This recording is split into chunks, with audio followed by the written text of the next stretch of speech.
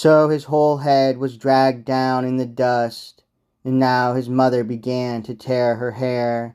She flung her shining veil to the ground and raised a high, shattering scream, looking down at her son. Pitifully his loving father groaned, and round the king his people cried with grief, and wailing seized the city.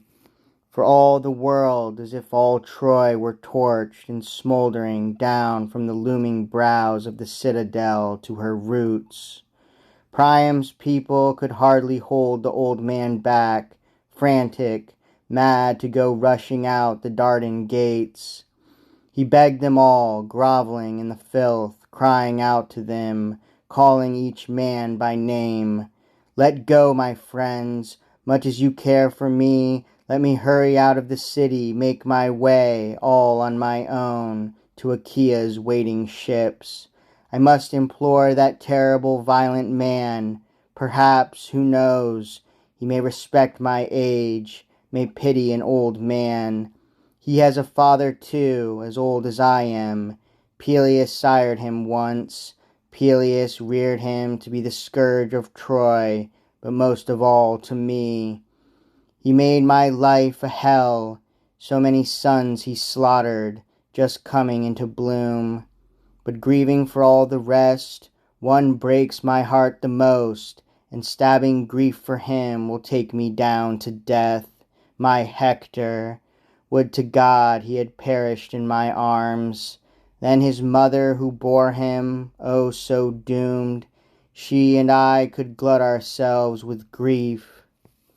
So the voice of the king rang out in tears. The citizens wailed in answer, and noble Hecuba led the wives of Troy in a throbbing chant of sorrow.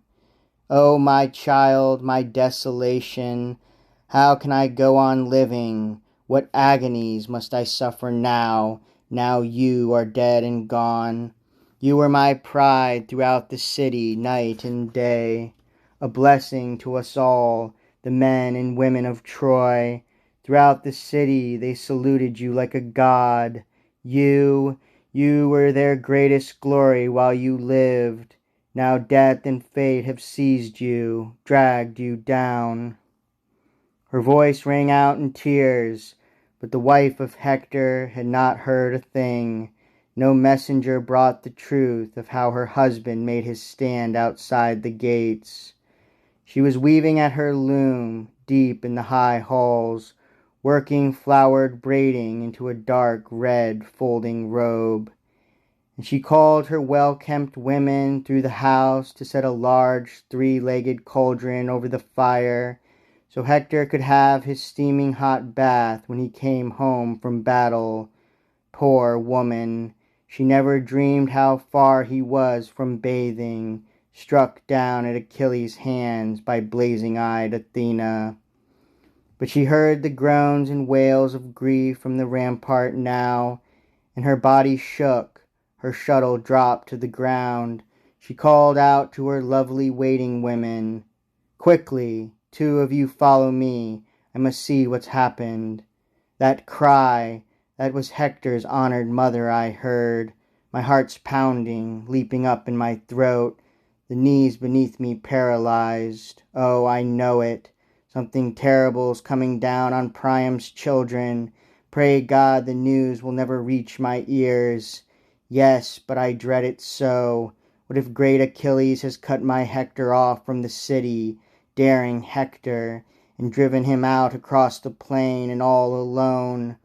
He may have put an end to that fatal headstrong pride that always seized my Hector, never hanging back with the main force of men, always charging ahead, giving ground to no man in his fury.